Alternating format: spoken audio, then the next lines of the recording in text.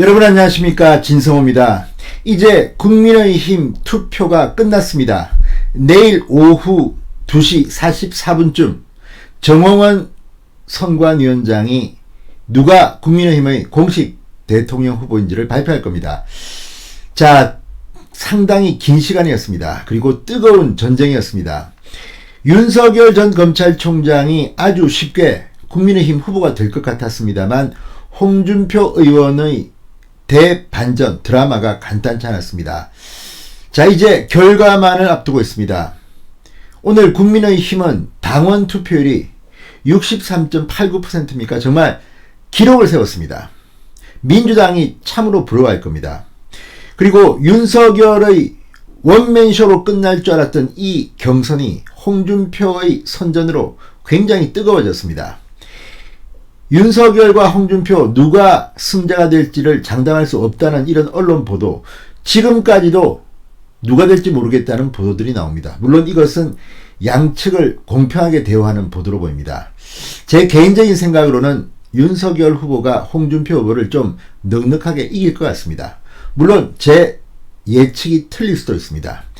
혁명적인 어떤 당원들의 투표 반란이 일어나서 윤석열을 제치고 홍준표 후보가 국민의힘 대통령 후보가 될 수도 있습니다.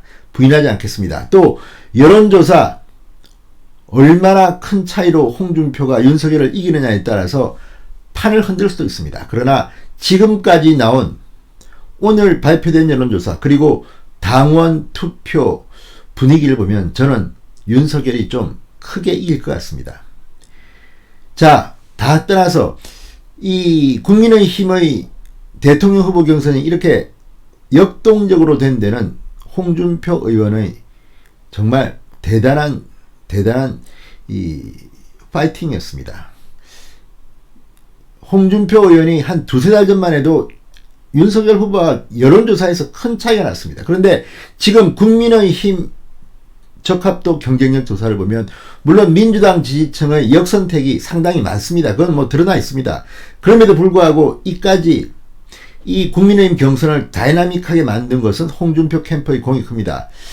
제가 이렇게 분석해보면 윤석열 캠프는 정말 많은 국회의원 당협위원장이 동참해 있고 지지하고 있고, 홍준표 캠프는 이런 지지율에 비하면 사실 홍준표 의원이 얼마 전까지 여러가지 여론조사에서 국민의힘 사자 구도에서는 1위를 한 게 많았습니다. 그럼에도 불구하고 지금 홍준표 캠프의 현역 의원이 몇 명이나 됩니까? 한 3명 됩니까? 자, 어쨌든 그럼에도 불구하고 홍준표 캠프에 있는 많은 참모들은 정말 열심히 했고 신나게 했던 것 같습니다. 자, 이제 윤석열 후보가 저는 선출될 것이라고 봅니다.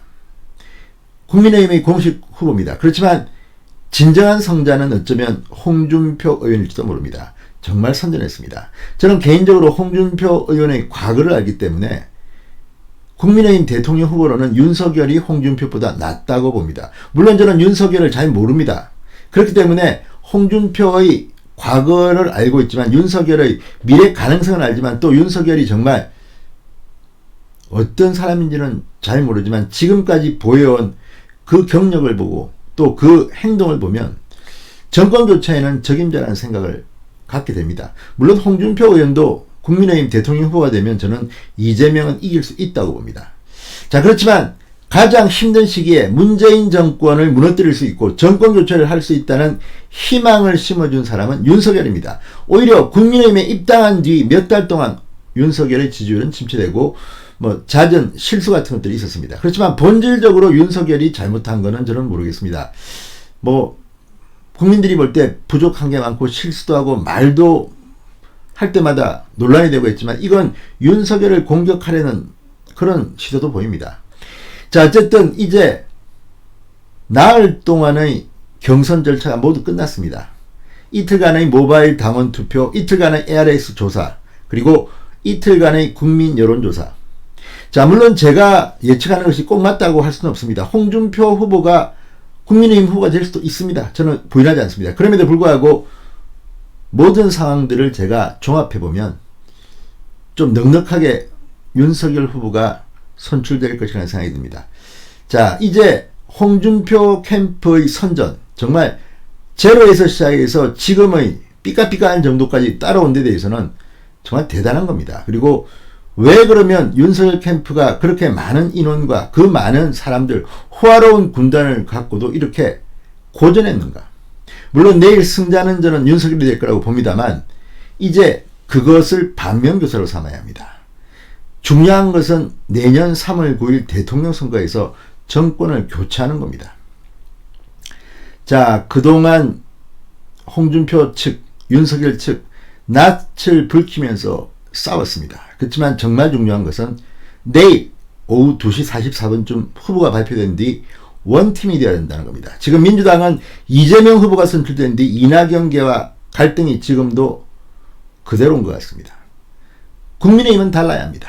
자, 이준석 대표 중립을 지키면서 내일 발표가 나면 이제 이준석 대표는 대표직을 잠시 내년 선거 때까지는 유보합니다. 그럼에도 불구하고 이준석은 역할을 뭔가를 해야 됩니다.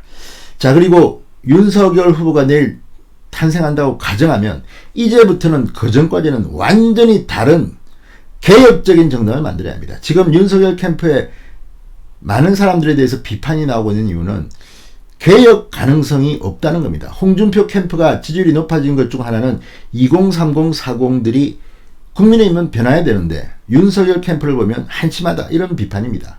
이제 좀 개혁적인 인물을 영입하고 좀 정리를 하고 또 원팀이 돼야 합니다. 홍준표 캠프에서 잘하던 사람들 다 끌어안고 한번 해야 될 것 같습니다.